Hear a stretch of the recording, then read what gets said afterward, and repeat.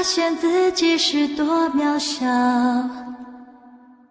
登上最高山，才发现天有多高。浩瀚的宇宙中，我真的微不足道，像灰尘消失也没人知道。夜空的星星仿佛在对着我微微笑，轻声告诉我一切它都看见了。我所有挣扎，所有软弱和跌倒，将成为主恩典的记号。当我呼求，耶稣听见我的祷告，千万人中，他尽关心我的需要。走过的路，有欢笑，有泪水，都留下主恩典的记号。在风雨中，耶稣将我紧紧拥抱，我深知道他是我永远的依靠。走过的路，有欢笑，有泪水，将成为主恩典的记号。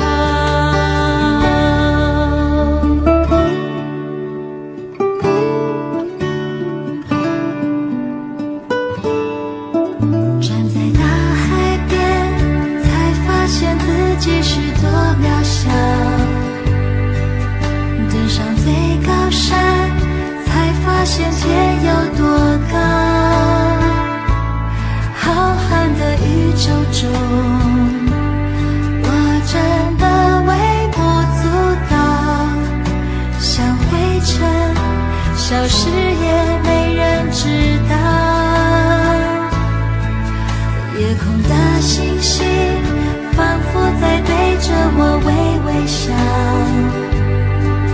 轻声告诉我一切它都看见了。我所有挣扎，所有软弱和跌倒，将成为主恩典的记号。当我呼求，耶稣听见我的祷告，千万人中，他尽关心我的需要。走过的路，有欢笑，有泪水，都留下主恩典的记号。在风雨中，耶稣将我紧紧拥抱，我深知道他是我永远的依靠。走过的路，有欢笑，有泪水，将成为主恩典的记号。当我呼求，耶稣听见我的祷告，千万人中，他尽关心我的需要。走过的路，有欢笑，有泪水，都留下主恩典的记号。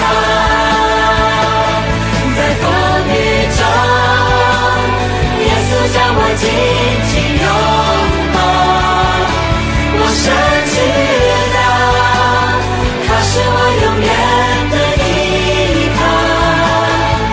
走过的路，有欢笑，有泪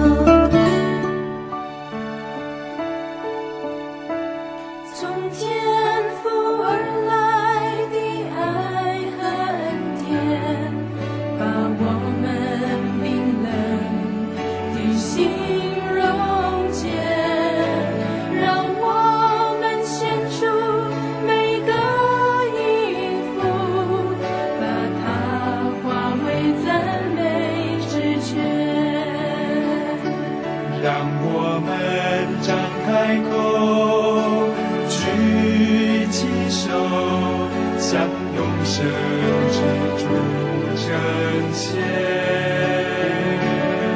是赞美之泉流入每个人的心间。从天父而来的爱和恩典，把我们冰冷的心溶解，让我们献出每个音符，把它化为赞美之泉，让我们张开口，举起手，向永生之主称谢，是赞美之泉流入每个人的心间。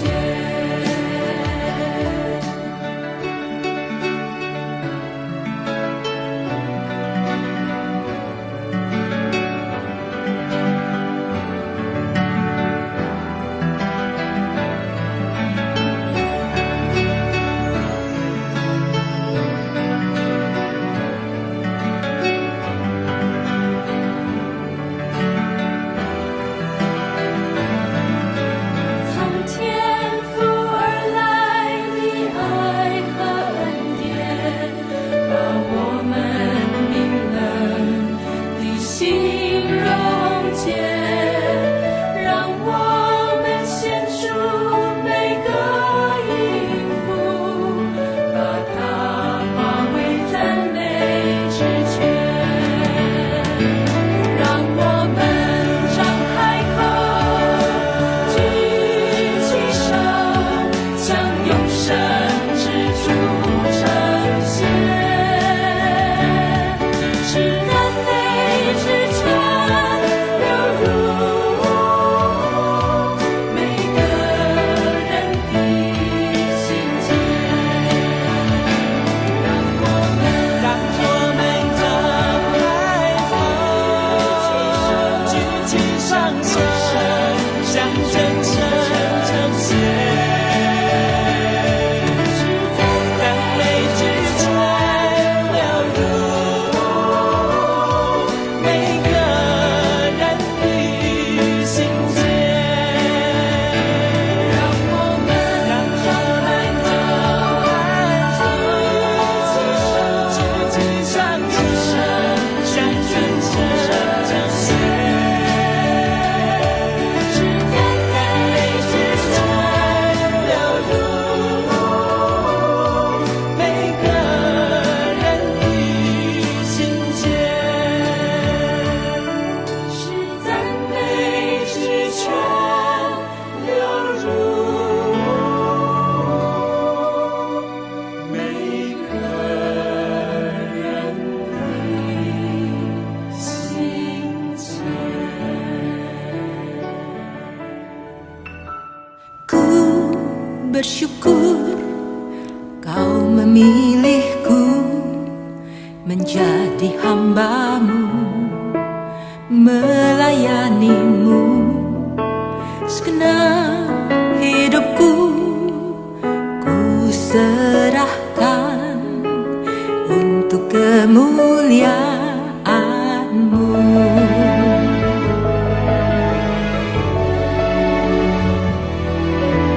Ku bersyukur Kau memilihku menjadi hamba-Mu, melayani-Mu segenap hidupku. Ku serahkan untuk kemuliaan-Mu. Ku mau setia sampai akhir, melayani seumur hidupku, sampai ku dapatkan mahkota kehidupan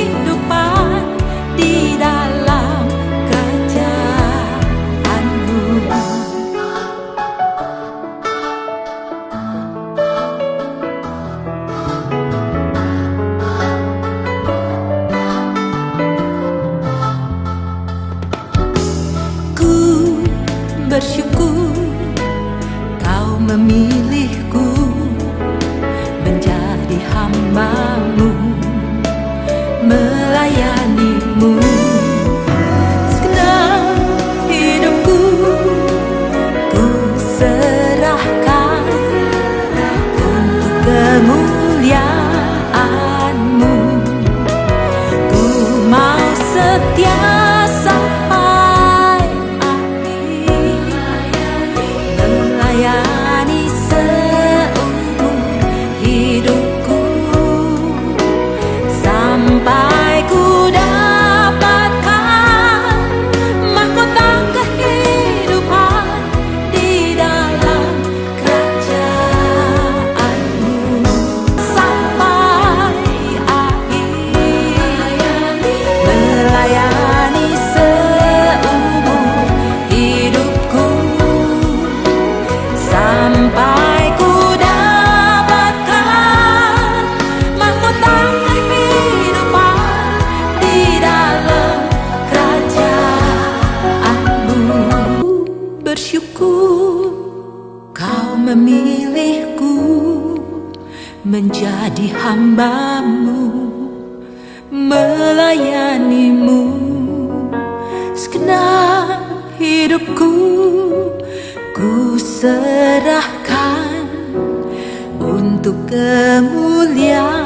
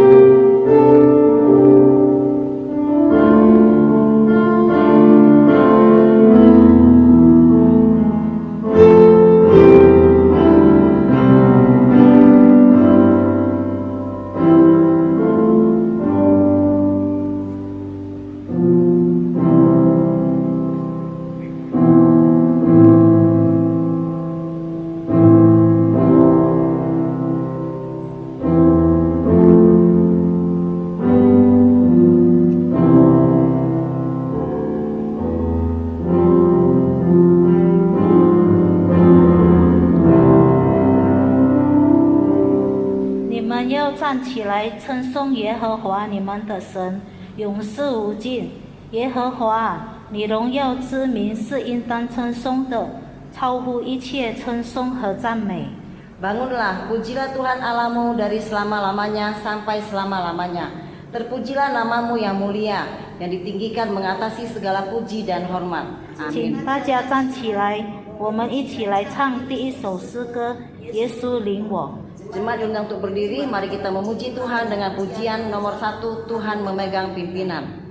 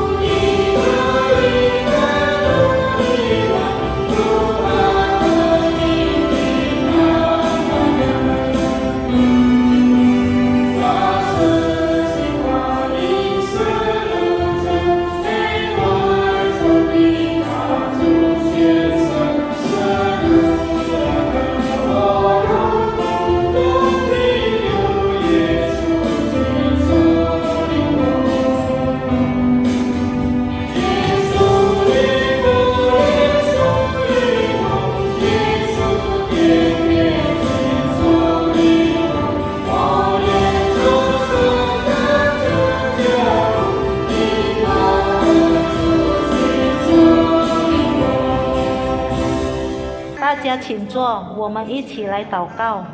Jemaat dipersilakan untuk duduk, mari kita bersatu di dalam doa. Bapa kami yang di surga, Bapa kami yang baik, kami sungguh berterima kasih Tuhan untuk penyertaan Tuhan di sepanjang hidup kami. Kami juga bersyukur dan berterima kasih Tuhan karena pada hari ini kami masih boleh beribadah Tuhan, boleh memuji dan memuliakan nama-Mu. Kiranya Engkau sendiri Tuhan memberkati ibadah kami Tuhan, dan Roh Kudus-Mu juga bekerja terhadap diri kami, pribadi lepas pribadi Tuhan, dan pimpinlah kami Tuhan agar ibadah kami boleh sesuai dengan kehendak-Mu. Terlebih lagi Tuhan untuk firman-Mu Tuhan yang akan disampaikan oleh hamba-Mu, urapilah hamba-Mu yang akan menyampaikan firman Tuhan, dan kami sebagai pendengar juga Tuhan berkati hikmat Tuhan agar kami boleh mengerti firman yang disampaikan Tuhan, dan kami bukan hanya sebagai pendengar tapi kami juga boleh sebagai pelaku firman. Kami mau serahkan ibadah kami ke dalam tangan pimpinan Tuhan. Terpujilah Engkau Tuhan, dalam Tuhan Yesus kami berdoa dan mengucap syukur. Amin. 在圣洁的神面前，我们以谦卑的心来认罪祷告。首先，我们来唱第2首诗歌。首先，最要紧的是。 Di hadapan Tuhan yang Maha Kudus, marilah kita rendah hati mengakui dosa kita. Sebelumnya, marilah kita memuji Tuhan dengan pujian nomor 2 yang terutama.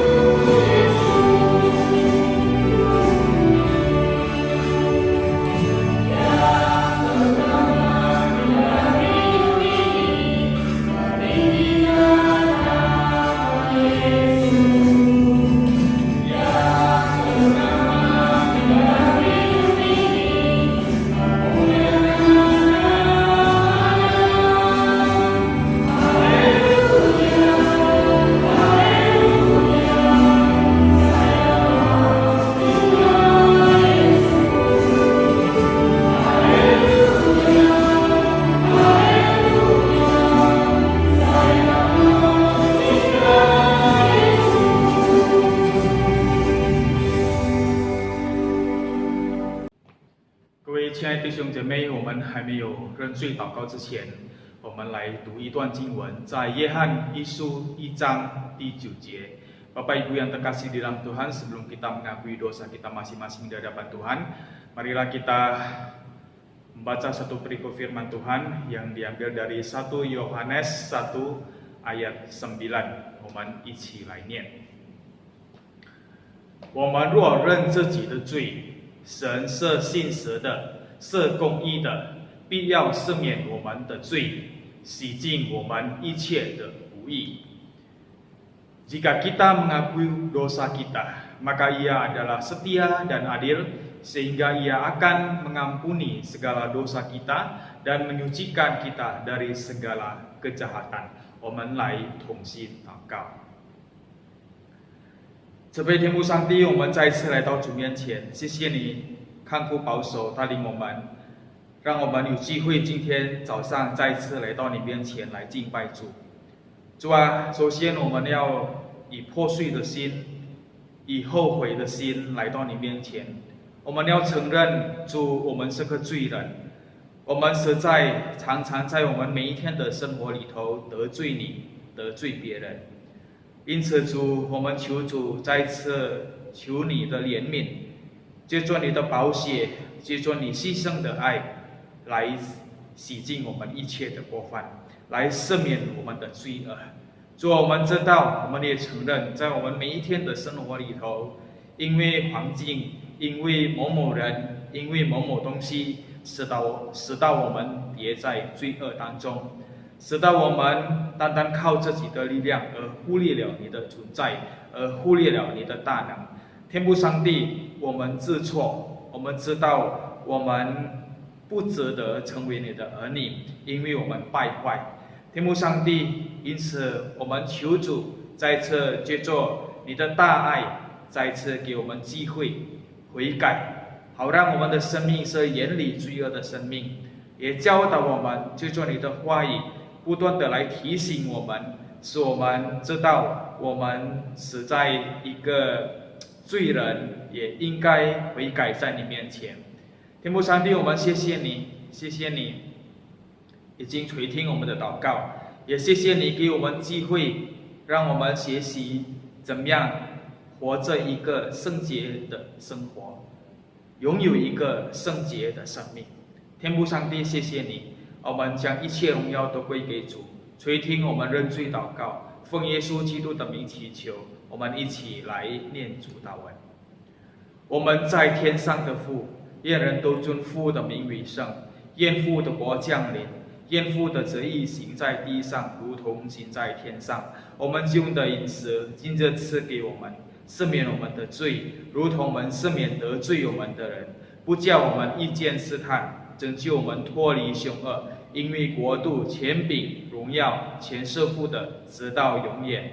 阿们。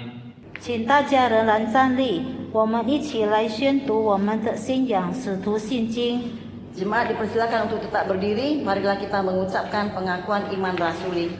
使徒信经，我信上帝全能的父，创造天地的主。我信我主耶稣基督，上帝的独生子，因圣灵感孕，由童贞女玛利亚所生，在本丢彼拉多手下受难，被钉于十字架，受死埋葬。第三天从死人中复活，升天，坐在全能父上帝的右边，将来必从那里降临，审判活人死人。我信圣灵，我信圣而公的教会，我信圣徒相通，我信罪的赦免，我信身体复活，我信永生。阿门。我们来起译经文。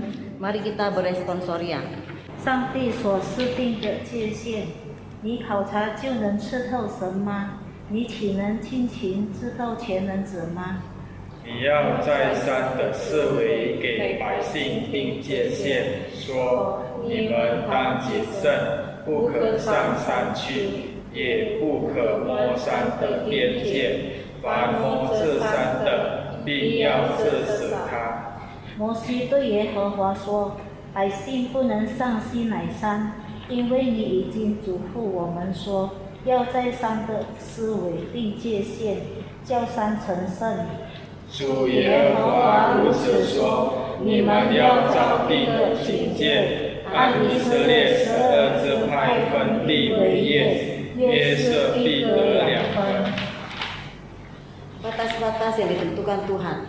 Dapatkah engkau memahami hakikat Allah menyelami batas-batas kekuasaan yang maha kuasa? Sebab itu haruslah engkau memasang batas bagi bangsa itu berkeliling sambil berkata, jagalah baik-baik, jangan kamu mendaki gunung itu atau kena kepada kakinya, sebab siapapun yang kena kepada gunung itu pastilah ia dihukum mati.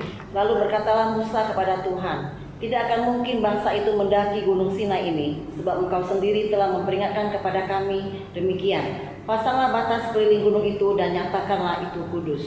Beginilah firman Tuhan Allah, inilah batas-batas tanah yang kamu harus bagi-bagi menjadi milik pusakamu di antara kedua belah suku Israel. Yusuf mendapat 2 bagian.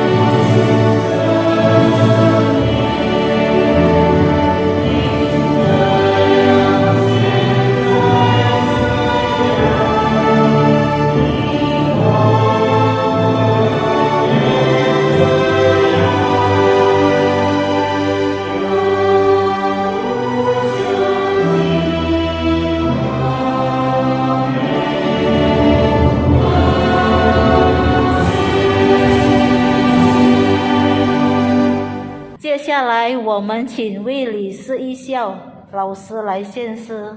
Saat ini kami persilakan kepada guru-guru metode 11 untuk mempersembahkan sebuah pujian.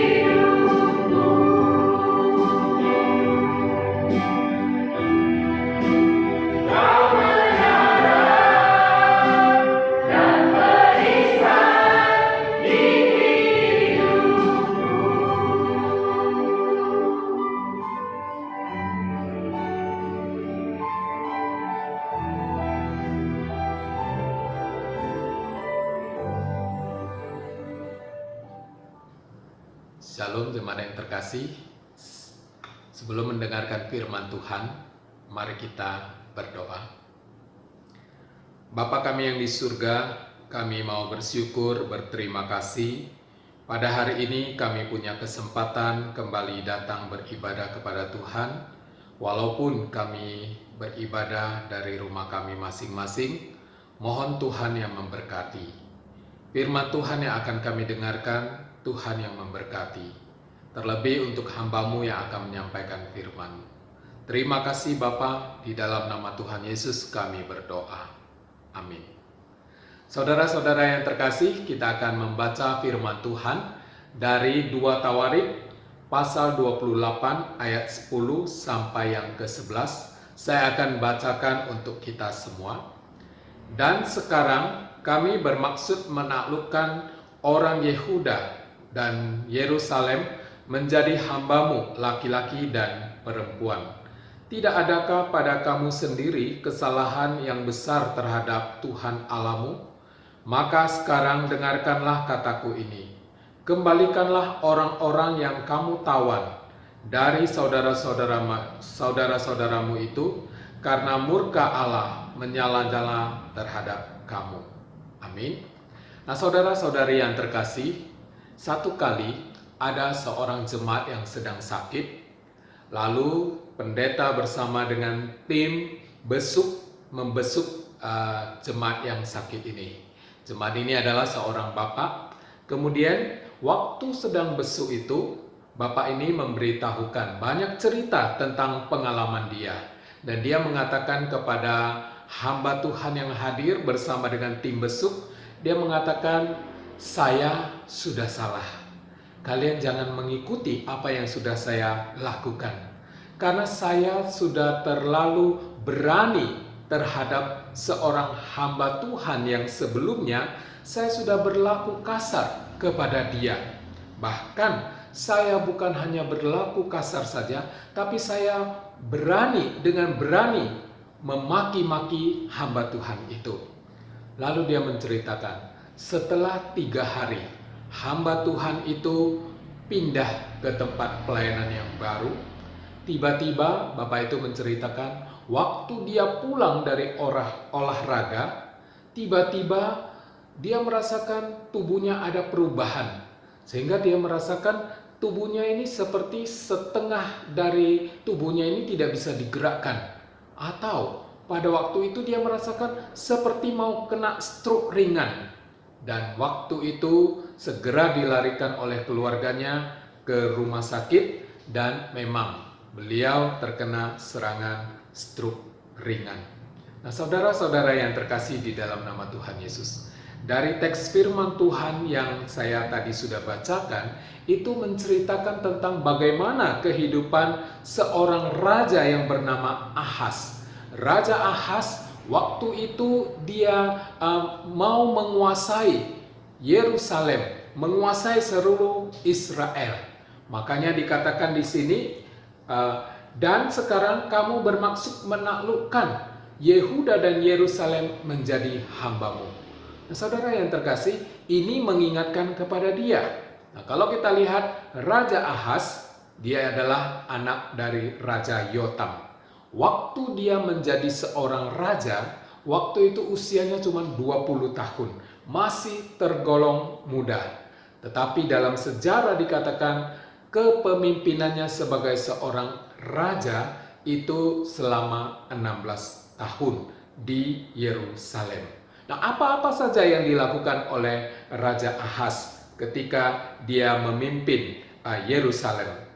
Waktu itu dia melakukan apa yang tidak benar di hadapan Tuhan. Di antaranya, dia membuat patung-patung tuangan sebagai dewa Baal bagi dia dan juga rakyat untuk bisa menyembah kepada dewa Baal. Kemudian dia juga memberikan korban persembahan kepada para Baal. Bukan hanya para Baal saja, saudara yang terkasih, tetapi di bukit-bukit dia memberikan pengorbanan. Kemudian ketika dia melihat ada pohon besar, dia menganggap di situ juga ada satu dewa yang perlu disembah. Dan dia menyembah kepada setiap dewa Baal. Lalu bukan hanya itu saja, bahkan lebih daripada itu, yaitu dia mempersembahkan anak-anaknya.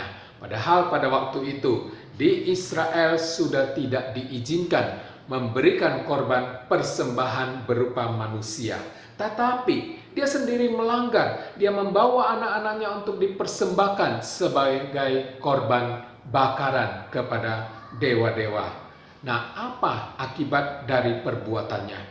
Akibat dari perbuatannya itu Tuhan menyerahkan dia ke dalam tangan orang Aram, yaitu raja orang Aram melawan dia dan mereka kalah. Nah, bukan hanya itu saja, bahkan semua orang pintar yang ada pada waktu itu, mereka semua dibinasakan oleh Raja Aram. Itulah yang terjadi kepada Ahaz. Nah, saudara yang terkasih, bagaimana dengan kita? Ketika kita menghadapi satu tantangan, ketika kita menghadapi satu pencobaan dalam kehidupan kita, apakah kita mengandalkan orang lain atau kita tetap setia kepada Allah? Atau kita mencari dukungan dari manusia yang biasanya kita menganggap karena ada jabatannya maka bisa menolong kita, atau kita merasa hartanya yang cukup banyak bisa menolong kita, atau kita merasa orang ini sangat pandai sehingga dia bisa menolong kita. Nah, saudara yang terkasih, jika kita pernah melakukan hal ini, mengakulah di hadapan Tuhan sebelum terlambat.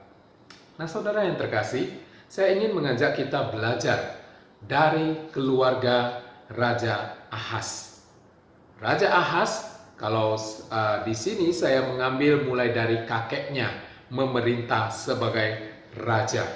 Nah, pada waktu itu kakeknya di pasal 26, yaitu 2 Tawarik 26, di situ menceritakan tentang bagaimana kakeknya memimpin.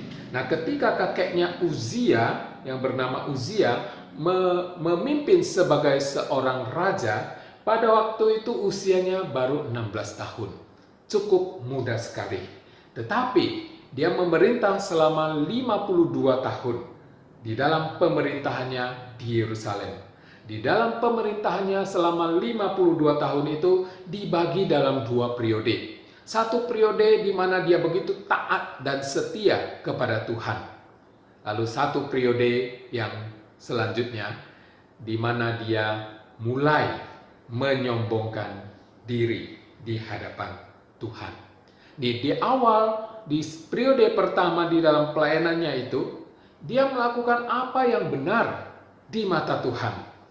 Seperti yang dilakukan oleh ayahnya daripada Uzia, yaitu Amazia, yaitu melakukan apa yang benar di hadapan Tuhan. Bahkan dia selalu mencari Zakaria sebagai orang yang mengajar dia bagaimana hidup takut akan Tuhan. Nah, di sini kita melihat selama dia mencari Tuhan dalam kepemimpinannya itu, Tuhan membuat segala yang dia kerjakan itu berhasil. Dan bahkan namanya termasyhur sampai ke daerah Mesir. Oleh karena itu, dia sangat terkenal sampai di Mesir. Itu semua karena Tuhan yang membuat dia menjadi terkenal. Kekuatannya yang besar itu sudah dinyatakan oleh Tuhan. Nah, Uzia juga melakukan hal lain yang benar di hadapan Tuhan, yaitu dia mendirikan menara di Yerusalem dan juga menara di padang gurun, kemudian menggali banyak sumur, lalu mempunyai petani-petani yang cukup banyak, karena dia juga mempunyai hewan atau ternak yang cukup banyak. Selain itu, dia juga mempunyai petani-petani yang bekerja di kebun anggur yang cukup banyak, dan dia mempunyai tentara perang, tentara yang siap untuk berperang yang cukup banyak. Nah, ini semua akhirnya membuat dia menjadi terkenal, menjadi seorang yang sangat terkenal, seorang raja yang terkenal sampai ke Mesir. Artinya sampai di luar kerajaannya sendiri dikenal oleh banyak orang. Tetapi ketika dia memasuki pelayanan pada fase yang kedua, yaitu waktu dia mengalami kekuatan di dalam kerajaannya itu, dia menjadi seorang yang tinggi hati. Dia lupa kalau semua ini adalah anugerah dan berkat daripada Tuhan. Semuanya itu membuat dia tinggi hati, dan akhirnya dia mulai mengalami kemerosotan di dalam tugas dia sebagai raja. Dia yang tadinya setia berubah menjadi tidak setia kepada Tuhan. Dia yang tadinya mencari Tuhan di dalam segala hal. Dalam hal mau berperang dia juga selalu bertanya kepada hambanya. Tetapi kini dia tidak lagi menanyakan hal itu. Bahkan dia sendiri mencoba untuk melakukan segalanya dengan kemampuan sendiri. Karena dia menganggap bahwa segala yang dia kerjakan sudah berhasil, dan oleh sebab itu ketika tiba waktu mereka akan memberikan korban persembahan, disitulah dia mengalami kesalahan, yaitu dia mencoba memberikan korban persembahan itu dengan berani dia masuk ke dalam bait Allah untuk memberikan korban persembahan. Nah, oleh karena itu ketika dia mau memberikan korban persembahan dan masuk ke dalam bait Allah, waktu itu imam yang bertugas itu adalah Imam Azaria. Imam Azaria bersama dengan 80 imam yang lainnya melihat hal itu, lalu dengan tegas menegur Uzia pada waktu itu. Di dalam 2 Tawarik pasal 26 ayat 18. Di situ mereka berdiri di hadapan Uzia dan berkata kepadanya, yaitu imam-imam itu berkata, "Hai Uzia, engkau tidak berhak membakar ukupan kepada Tuhan. Hanyalah imam-imam keturunan Harun yang telah dikuduskan yang berhak membakar ukupan. Keluarlah dari tempat kudus ini, karena engkau telah berubah setia. Engkau tidak akan memperoleh kehormatan dari Tuhan Allah karena hal ini." Saudara yang terkasih, ketika Uzia ditegur oleh imam karena kelalaian atau kesalahan yang telah dia lakukan, kita melihat bagaimana reaksi Uzia. Uzia bukan merasa menyesal, sudah berdosa, sudah bersalah kepada Tuhan. Tidak. Tetapi dengan obor yang sudah ada di tangannya untuk memberikan korban persembahan, dengan marah, dia tiba-tiba begitu marah karena dia ditegur. Dia merasa sudah diperlakukan tidak baik. Dia merasa sangat marah sekali. Dan akhirnya Tuhan memberikan satu penyakit kepada dia, yaitu ketika dia sedang mengambil bokor ukupan itu, di dahinya ada kusta. Dan semua imam yang memandang itu, mereka lihat ini sudah ada penyakit kusta. Akhirnya Imam Azaria bersama dengan semua imam 80 orang yang bersama dengan mereka pada waktu itu mengusir dia. Bahkan cepat-cepat mereka mengusir dia, mengangkat dia keluar. Dan Uzia sendiri tergesa-gesa keluar karena Tuhan telah menimpakan tulah kepadanya. Nah, akhirnya bagaimana? Raja Uzia sakit kusta sampai dia meninggal dunia. Nah, kalau kita melihat Raja Uzia memulai satu pengabdiannya dengan baik, dengan takut akan Tuhan, mencari Tuhan. Tetapi setelah dia sukses, dia lupa diri. Dia merasa tinggi hati, merasa tidak ada seorang pun yang bisa melarang dia. Dan akhirnya dia terjatuh dalam ketidaksetiaan. Dan akhirnya sesudah meninggal digantikan oleh anaknya. Anaknya ini Yotam, yaitu bisa dikatakan papa dari Raja Ahaz. Raja Yotam ketika naik tahta, waktu itu berusia 25 tahun. Dan dia juga memimpin Yerusalem selama 16 tahun. Dan waktu itu dia memulai dengan pekerjaan pelayanan itu dengan takut akan Tuhan. Dia sudah melakukan dan dia sudah melihat bagaimana ayahnya Raja Uzia sudah memulai dengan yang baik, tetapi di akhirnya tidak baik. Dari setia menjadi tidak setia, dan dia tidak mau mengulangi sejarah kehidupan daripada ayahnya Uzia. Makanya dikatakan bahwa dia memulai sesuatu yang baik sampai pada akhirnya. Dia memulai sesuatu yang baik sampai kepada akhirnya.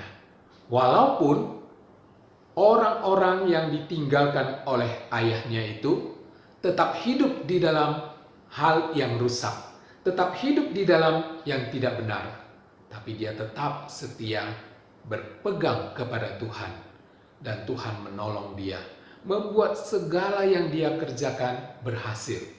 Nah, apa saja yang dilakukan oleh Yotam? Yaitu dia mendirikan pintu gerbang tinggi di rumah Tuhan, kemudian dia membangun tembok di Efol, lalu mendirikan juga kota-kota di pegunungan Yehuda, mendirikan benteng-benteng dan menara-menara di hutan-hutan. Bahkan ketika dia berperang melawan Bani Amon, Tuhan membuat dia berhasil. Dan di situ dikatakan bahwa sesudah dia mengalami keberhasilan, pada tahun itu juga dia mendapat upeti dari Amon, dari suku Amon, karena Bani Amon membawa upeti itu sebagai persembahan kepada Yotam. Nah, saudara yang terkasih, apa yang dipersembahkan oleh Bani Amon? Yaitu 100 talenta perak, 10.000 kor gandum, dan 10.000 kor jelai. Nah, itu adalah satu jumlah yang sangat besar sekali. Dan itu dilakukan oleh Bani Amon selama 2 tahun kedua, tahun ketiga. Nah, Yotam akhirnya menjadi kuat karena dia mengarahkan hidupnya hanya mengandalkan Tuhan Allahnya. Dia tetap setia. Dia tidak mau mengulang satu kesalahan yang pernah dilakukan oleh ayahnya. Tapi dia tetap memelihara kesetiaannya kepada Tuhan. Sehingga dia boleh tetap setia dan berhasil sampai masa akhir kepemerintahannya. Kemudian sesudah Yotam meninggal, digantikan oleh anaknya yaitu Ahaz. Ahaz tidak belajar dari kakek dan ayahnya. Bagaimana kakeknya memimpin, bagaimana ayahnya memimpin. Tapi dia sepertinya sudah terlena dengan kekayaan yang pernah dia alami pada waktu itu. Sehingga ketika dia naik tahta menjadi seorang raja, pada waktu itu dia melakukan apa yang tidak benar, apa yang tidak berkenan kepada Tuhan. Dan dia lebih banyak menyakiti hati Tuhan. Apa yang dia lakukan? Dia membuat patung-patung persembahan untuk dewa Baal. Dia membuat patung-patung dewa untuk sebagai persembahan, sebagai bagaimana Israel dituntut untuk bisa menyembah kepada dewa Baal. Seharusnya Ahaz memimpin rakyatnya ke jalan yang benar. Seharusnya dia memimpin Israel untuk menyembah kepada Tuhan yang sudah memilih dan memanggil mereka. Tapi ini yang tidak dia lakukan. Kalau kita lihat, Ahaz sebagai seorang raja, harusnya dia tinggal memerintah saja supaya Israel kembali menyembah kepada Tuhan yang benar. Tapi ini tidak dia lakukan. Dia tidak memberikan teladan yang baik kepada Israel. Bahkan ketika dia berperang, dia berpikir dengan pola pemikirannya sendiri, tanpa dia mengandalkan Tuhan. Sehingga pada waktu itu dia melawan raja orang Aram. Pada waktu itu dia merasa sangat takut. Karena dia merasa orang Aram ini rajanya sungguh luar biasa. Akhirnya dia berpikir, kalau demikian, Allahnya orang Aram memberkati Aram dalam peperangan. Bagaimana kalau saya, katanya, saya juga mengandalkan, menyembah kepada dewanya orang Aram. Tentu Baal dari dewa Aram itu sudah memberkati orang Aram. Kalau saya juga menyembah Baal dewa orang Aram, maka Baal itu juga akan memberkati saya ketika saya melawan orang Aram. Dan itu yang dia lakukan. Di 2 Tawarik pasal 28 ayat 23 dikatakan, menurut pemikiran dia, yang membantu raja-raja orang Aram adalah Allah mereka. Kepada merekalah aku akan mempersembahkan korban, supaya mereka membantu aku juga. Inilah pemikiran daripada Raja Ahaz. Dia berpikir dewa-dewa yang mereka sembah itu punya kekuatan, lalu dia mengandalkan dewa-dewa itu. Dia lupa kakeknya berhasil karena Tuhan yang memberkati. Ayahnya tetap berhasil karena Tuhan yang memberkati. Nah, saudara-saudara yang terkasih di dalam nama Tuhan Yesus, dari kehidupan Raja Ahaz kita bisa melihat ada 2 raja yang menjadi contoh. Yang pertama, kakeknya. Bagaimana kalau seorang raja yang setia akan diberkati Tuhan sampai namanya terkenal di luar kerajaan mereka. Ayahnya memulai satu pelayanan yang baik. Tuhan terus memberkati. Tetapi Ahaz tidak belajar dari kehidupan ayahnya. Dari kehidupan kakeknya seharusnya dia bisa tahu bahwa kakeknya sudah memulai sesuatu dengan baik, tetapi mengakhiri dengan tidak setia. Lalu pada akhirnya dia harus meninggal dengan penyakitnya. Nah, saudara-saudara yang terkasih, kesuksesan dalam kehidupan setiap orang bisa membuat seseorang itu jatuh. Jatuh di dalam kesombongan, jatuh di dalam merasa bahwa dia sudah bisa segala-galanya. Oleh karena itu, ketika saat ini kita adalah orang-orang yang sukses, kita harus tetap merendahkan diri di hadapan Tuhan. Kita harus tetap mengandalkan Tuhan. Kita harus tahu batas-batas kita terhadap sesama, terhadap Tuhan, supaya kita tetap menjaga kesetiaan kita kepada Tuhan. Nah, saudara yang terkasih, kita melihat begitu banyak orang berhasil, tetapi pada akhirnya mereka terjatuh karena ketidaksetiaan mereka.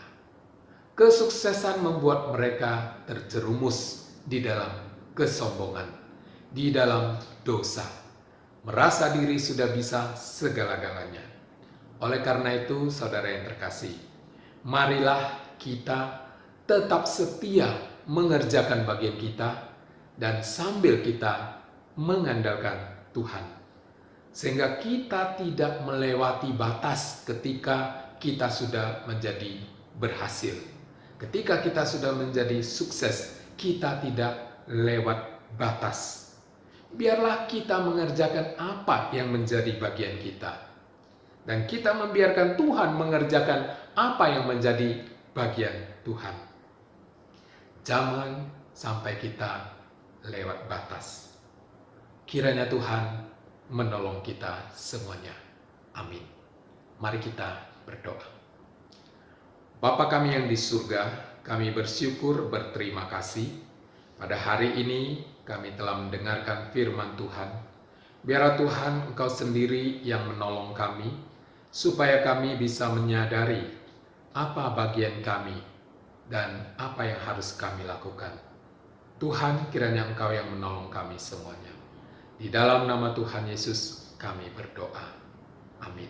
我们一起来唱第3首诗歌，我知谁掌管明天，来回应上帝的话，一边说奉献。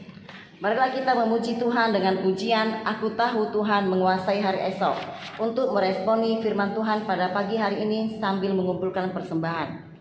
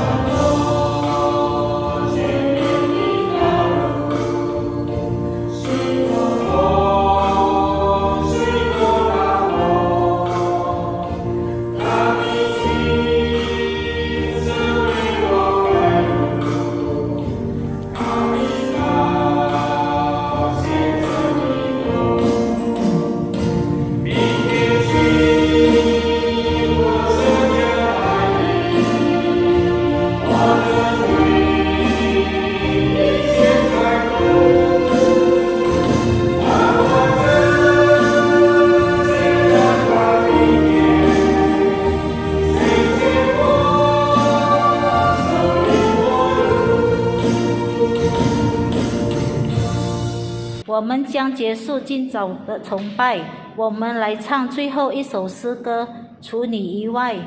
Kita akan mengakhiri ibadah pagi hari ini. Marilah kita kembali memuji Tuhan dengan pujian Whom Have I But You.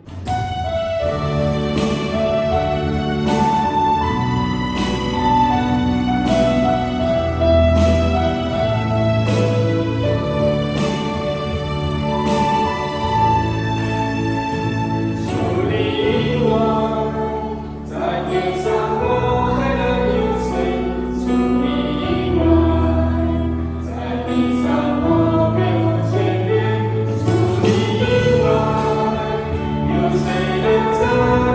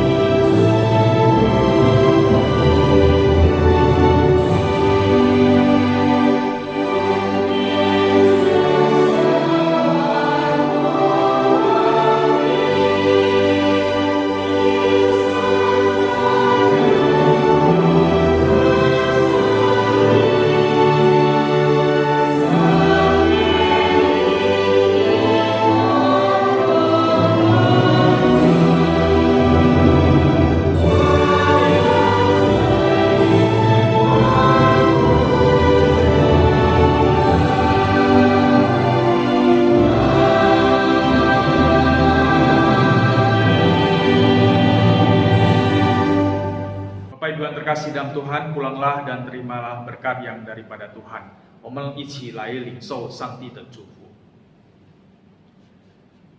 但愿我们主耶稣基督的恩惠、上帝的慈爱与怜悯、圣灵的感动与充满，常与大家同在，从今时直到永永远远。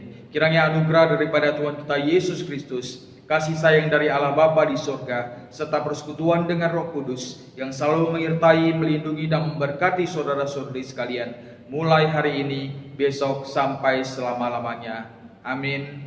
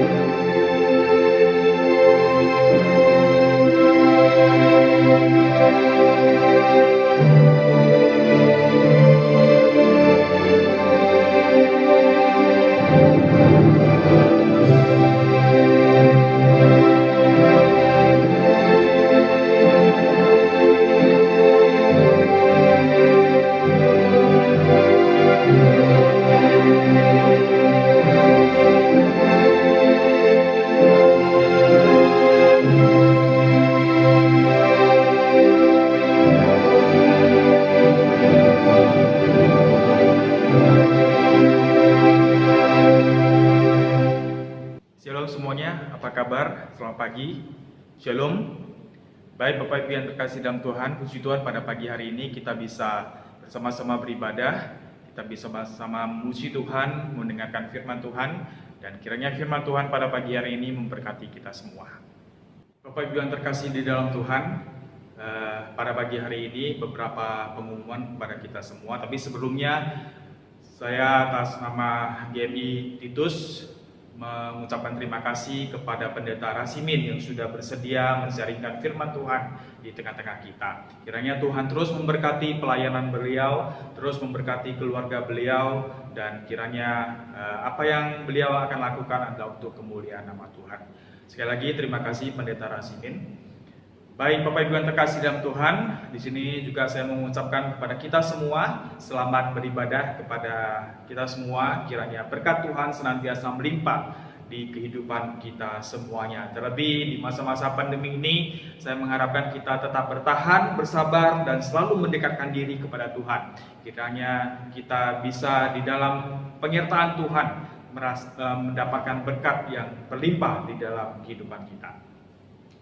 Baik, sebagai anak-anak Tuhan, kita jangan lupa memberikan yang terbaik kepada Tuhan, di mana kita tahu dan saya percaya hidup kita yang selalu diberkati oleh Tuhan secara berkelimpahan, sehingga anak-anak Tuhan yang sungguh-sungguh datang ke hadapan Tuhan, kehidupannya tidak akan berkekurangan. Oleh sebab itu, Bapak Ibu yang terkasih dalam Tuhan, berilah persembahan Anda yang terbaik melalui bisa ditransfer BCA 84300455556 atas nama Mariana, atau bisa langsung ke nomor pribadi saya melalui OVO 081361099955. Jadi saya percaya persembahan Bapak Ibu sekalian, Tuhan melihatnya dan Tuhan tahu, dan Tuhan akan semakin memberkati Bapak Ibu sekalian. Kemudian kami terus menghimbau kepada kita semua untuk mengikuti persekutuan doa setiap hari Selasa malam jam 7.30 via online, yaitu di channel YouTube. Marilah kita meluangkan waktu untuk datang ke hadapan Tuhan, memuji, belajar firman Tuhan, dan berdoa bersama-sama. Sehingga walaupun di dalam situasi yang cukup meresahkan pada saat ini, kita terus dikuatkan, kita terus dihibur oleh Tuhan. Bapak Ibu yang terkasih dalam Tuhan, bagi kita yang di rumah punya anak-anak dari PG sampai SD, marilah mengajak mereka untuk mengikuti kegiatan anak sekolah minggu secara online setiap hari Minggu pagi pukul 8. Biarlah mereka dari anak-anak sudah mengenal Tuhan, dan kita terus memohon pimpinan Tuhan untuk memberkati, menyertai mereka sepanjang kehidupan mereka. Kemudian kami juga tidak lupa menghimbau para muda-mudi untuk mengikuti kegiatan P3MI, yaitu setiap hari Sabtu malam jam 7.15. Jadi kepada Bapak Ibu yang di rumahnya punya anak yang sudah muda-mudi, biarlah mereka bisa bergabung dengan kami di tempat ini untuk bersama-sama muji, belajar firman Tuhan, dan berbagai kegiatan yang lainnya. Sehingga di masa muda mereka tetap berada di jalan Tuhan yang benar. Bapak Ibu yang terkasih dalam Tuhan, biarlah apa yang mereka pelajari selama masa muda mereka bisa ingat, mereka bisa tetap di dalam penjagaan Tuhan. Setelah mereka keluar ataupun merantau, mencari pekerjaan, bahkan setelah mereka berkeluarga, mereka tetap di dalam pimpinan Tuhan. Bapak Ibu yang terkasih dalam Tuhan, seperti warta minggu yang lalu saya sudah katakan, kita akan mulai program belajar Mandarin bersama di awal bulan September, setiap hari Kamis malam jam 7.30. Jadi Bapak Ibu yang terkasih dalam Tuhan, marilah mengambil bagian dalam acara ini. Kita akan pakai Google Meet ataupun mungkin Zoom jika memungkinkan. Jadi Bapak Ibu yang terkasih dalam Tuhan, kita jangan ketinggalan dalam berbahasa Mandarin. Minimal kita sebagai keturunan Tionghoa, marilah kita bisa membaca, mengerti, dan mengerti pada saat mendengarkan Mandarin.